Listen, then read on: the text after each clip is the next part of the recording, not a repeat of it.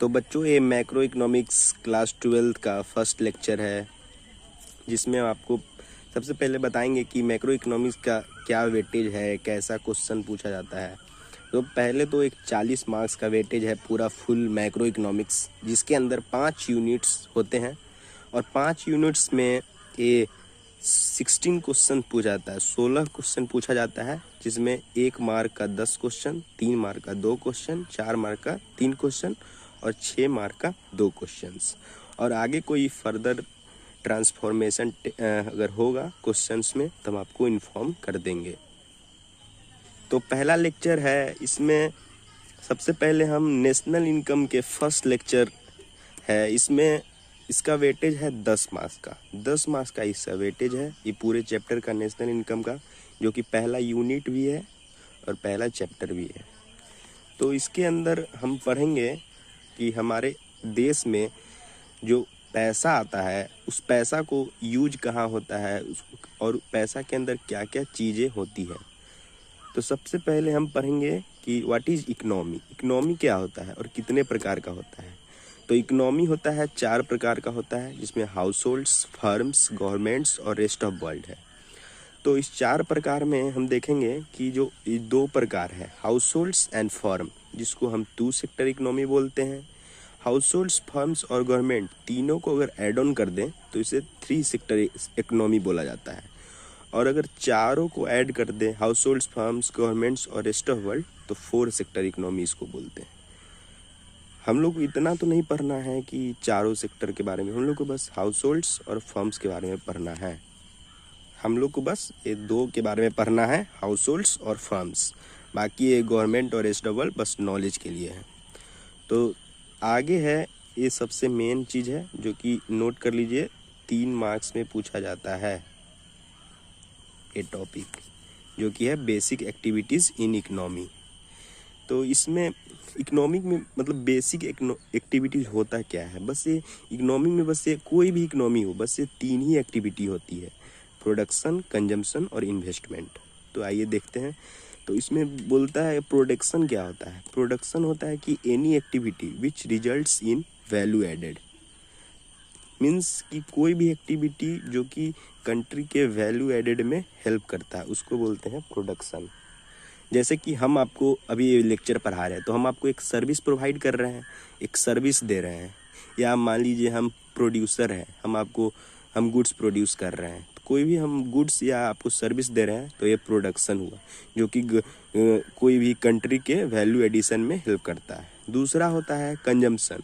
Consumption होता है कि जैसे कि हम जो गुड्स और सर्विस आपको प्रोवाइड किए और उसको आप कंज्यूम किए, जैसे हम आपको पढ़ा रहे हैं और आप देख रहे हैं, आप उससे कुछ नॉलेज ले रहे हैं, तो आप सर्विस कंज्यूम किए, या गुड्स हम आपको कुछ बेचें तो आप कंज्यूम किए, तो उसी को बोलते हैं कंजम्पशन, जो कि कंज्यूमर हम लोग होते हैं, जो कि हाउस होल्ड्स के द्वारा होता है। हाउस होल्ड उसको बोला जाता है जैसे कि हम लोग हुए कंज्यूमर, जो कि हम लोग सब सामान खरीदते हैं तो हम लोग हाउस होल्ड में आते हैं।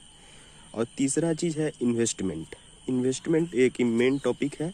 इसमें इन्वेस्टमेंट होता है कि it is a net addition to capital stock known as capital formation. तो इस कैपिटल फॉर्मेशन को ब्रैकेट में कर लीजिए, इसको ब्रैकेट में कर लीजिए कैपिटल फॉर्मेशन को, ये भी बहुत इंपॉर्टेंट है। It net addition to capital stock known as capital formation. Investment उसको बोला जाता है, जैसे कि एक एग्जांपल से समझाते हैं।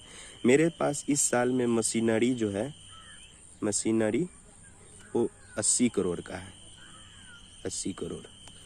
और अगले साल हम मशीनरी 100 करोड़ हो गया, 100 करोड़ मशीनरी अगले साल मेरा 100 करोड़ हुआ।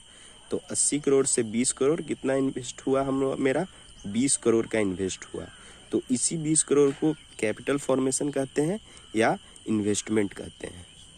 अब तीसरा टॉपिक है जो कि है कॉन्सेप्ट ऑफ गुड्स। गुड्स का कॉन्सेप्ट हम लोग जानेंगे।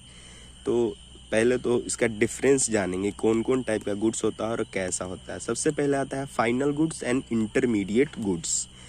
तो इसका फर्स्ट बेसिस है कि इसका मीनिंग क्या है, ये मीनिंग समझते हैं। सबसे पहले इसका मीनिंग यही होता है कि these goods are meant for final consumption और for investment they can be consumption goods और कैपिटल गुड्स। इसका मतलब ये होता है कि वैसा टाइप का गुड्स जो कि हम कंज्यूम करते हैं, वैसा टाइप का गुड्स, ध्यान से सुनिएगा, वैसा टाइप का गुड्स जो कि हम कंज्यूम करते हैं, मतलब हम किसी की दुकान से कुछ सामान लिए, उसको खा गए, तो उसे कंजम्पशन गुड्स बोलते हैं और फाइनल गुड्स भी बोलते हैं। और कैपिटल गुड्स तब बोलेंगे इसको कि जैसे कोई प्रोड्यूसर खरीदा गुड्स, कुछ जैसे कैपिटल खरीदा, तो वो भी अपने फर्दर प्रोडक्शन में यूज करता है, उसका भी वो यूज करता है, उसको कंज्यूम करता है, तो उसको कैपिटल गुड्स बोलेंगे। और इसका इंटरमीडिएट गुड्स का मीनिंग हुआ कि these goods are used as raw material for production of other goods और for resale in same year. और इंटरमीडिएट गुड्स वो हुआ कि जैसे कि रॉ मटेरियल, जैसे कि हम लोग जैसे गन्ना होता है, तो सबसे पहले गन्ना के लिए रॉ मटेरियल क्या होता है कि ईख जो होता है, ईख जो देते हैं उसमें चीनी होता है, जैसे चीनी हम लोग को बनाना है तो गन्ना का हम लेते हैं, गन्ना लेते हैं, गन्ना क्या हो गया, रॉ मटेरियल हो गया। तो उससे रॉ मटेरियल होता है जो कि आगे उससे हम फर्दर प्रोडक्शन कर सकते हैं, मतलब बाद में कुछ प्रोडक्शन कर सकते हैं और बाद में उसको बेच सकते हैं, उसको इंटरमीडिएट गुड्स बोलते हैं। और इसका दूसरा बेसिस है कि नेशनल इनकम में ये काउंट होता है कि नहीं होता है। नेशनल इनकम में बस फाइनल गुड्स काउंट होता है, इंटरमीडिएट गुड्स काउंट नहीं होता है। हम आगे आपको अगले लेक्चर में बताएंगे कि ये क्यों काउंट नहीं होता है, फिर भी थोड़ा सा बता देते हैं कि जैसे कि फाइनल गुड्स जो होता है वो कि कंज्यूम कर जाते हैं, ये आगे कोई रीसेल नहीं होता है, मतलब जितना इस पर टैक्स लगा है बस उतना हम लोग एक बार कंज्यूम कर लिए और वहाँ पे ख़त्म हो जाता है। और इंटरमीडिएट गुड्स जो होता है इस पर हम फर्दर बेचेंगे, फिर फर्दर टैक्स लगेगा जो कि सही नहीं माना जाता है, इसलिए यहाँ पे इसको काउंट नहीं करते हैं। दूसरा ट्रांसफॉर्मेशन है कि इसमें आगे ट्रांसफॉर्मेशन वही बात हुआ है जैसे कि फाइनल गुड्स को हम कंज्यूम कर लिए तो फिर उसको बेच नहीं सकते हैं।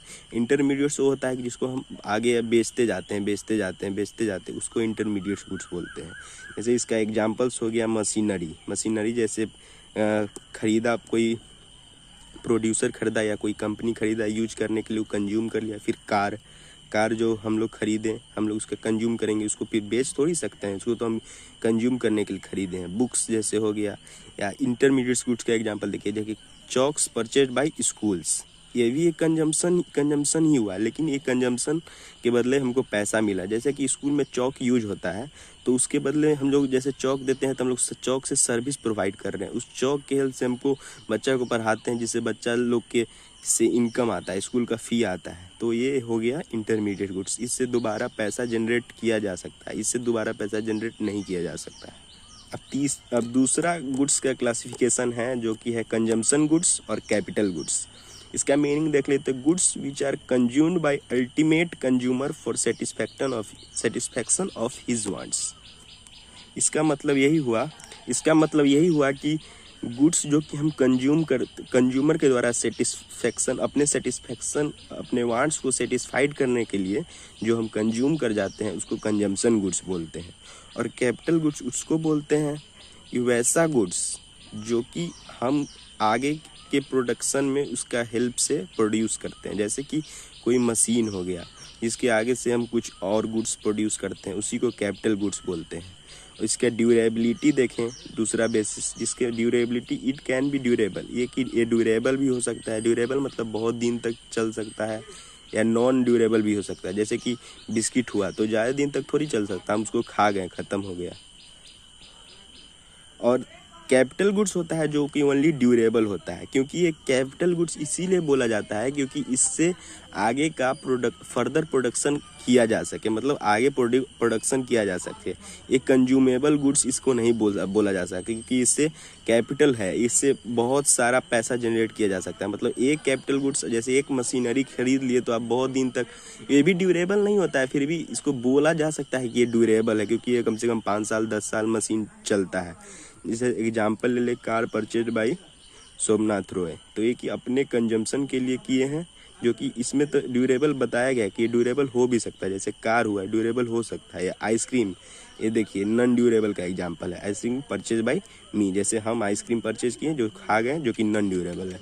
यहाँ पे देखिए machinery equipments purchase by producer machinery equipment को परचेज इसीलिए करता है क्योंकि वो आगे से बहुत दिनों तक प्रोडक्शन कर सके। आगे का पॉइंट है ये है all machines are capital goods. एक ही आपसे क्वेश्चन है जो कि आपको इसका आंसर देना है, all machines are capital goods, defend और refute. All machines are capital goods, defend और रेफ्यूट। तो इसका आंसर यही होगा कि नो। आप लोग को लग रहा होगा कि यस होगा, लेकिन इसका आंसर होगा no. All machines, no, I refute this statement. इसका हम जैसे एग्जांपल में अब रीजन बता देते हैं। जैसे रीजन देख लीजिए, आप लोग नोट डाउन कर सकते हैं रीजन। जैसा कि देखिए वॉशिंग मशीन हुआ, वॉशिंग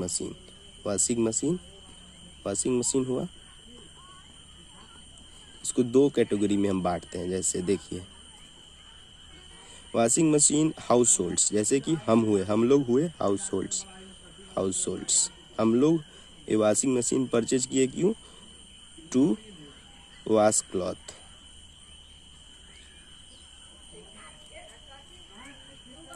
ये हम लोग अपने क्लॉथ को वॉश करने के लिए इसका यूज किए, वॉशिंग मशीन के लिए, टू वॉश क्लॉथ्स। और दूसरा ये है ड्राई क्लीनर।